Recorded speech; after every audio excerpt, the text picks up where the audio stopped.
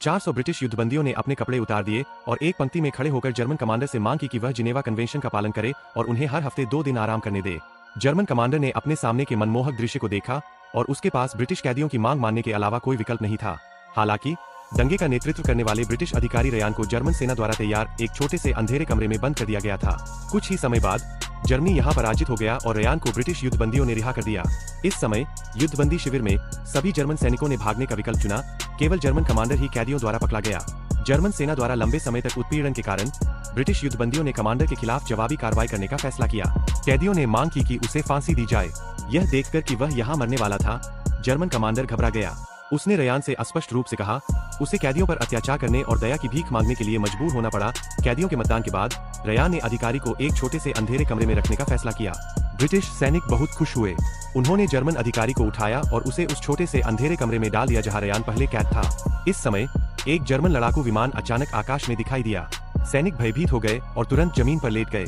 German सेना ने इस समय ब्रिटिश युद्धबंदियों को भी खोज लिया था, इसलिए वे तुरंत सहायता के लिए वापस लौट आए।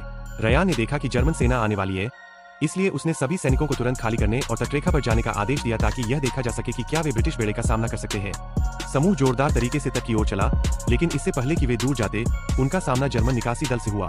रयान ने सभी को लेटने और जर्मनों के आने का इंतजार करने का आदेश दिया। ब्रिटिश सैनिकों के जाने के बाद रयान ने एक सैनिक को पहले सहायता लेने के लिए तटरेखा पर जाने का आदेश दिया और बाकी सैनिक अस्थायी रूप से एक चौराहे पर छिप गए।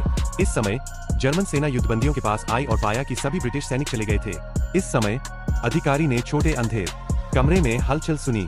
सैनिकों ने तुरंत दरवाजा खोला और अंदर जर्मन सैनिकों को पाया। उन्होंने अधिकारी को बताया कि ब्रिटिश युद्धबंदी समुद्र तक की ओर बढ़ रहे हैं, इसलिए जर्मन सेना ने तुरंत दरवाजा खोला और खंडहरों में भागते हुए ब्रिटिश सैनिकों को पाया। चूंकि सैनिकों के पास कोई हथियार नहीं थे, वे केवल हाथ उठाकर जोखिम उठा सकते थे। कुछ बहादुर सैनिक भागना चाहते थे, लेकिन जर्मन सेना ने उन सभी को गोली मार दी। आगे की अराजकता को रोकने के लिए जर्मन अधिकारियों ने सभी ब्रिटिश युद्धबंदियों को ट्रेन में बिठाकर जर्मन युद्धबंदी यातना शिविर में भेजने का फैसला किया।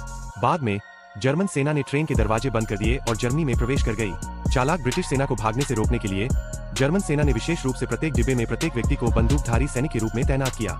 डिब्बे में बैठे ब्रिटिश युद्धबंदी तेज गति से आती ट्रेन को देख रहे थे और उनके पास इससे निपटने का कोई रास्ता नहीं था। जब सभी निराश थे, रयान ने ट्रेन के लकड़ी के फर्श को देखा और एक अच्छा विचार सोचा। उसने एक छुरी निकाली और फर्श में एक छेद कर दिया। फिर कई लोगों ने उसके बगल में लगी लोहे की प्लेट को तोड़ दिया। रयान ने उसे उठाया और लोहे की प्लेट से फर्श को खोला, लेकिन ट्रेन बहुत तेज चल रही थी।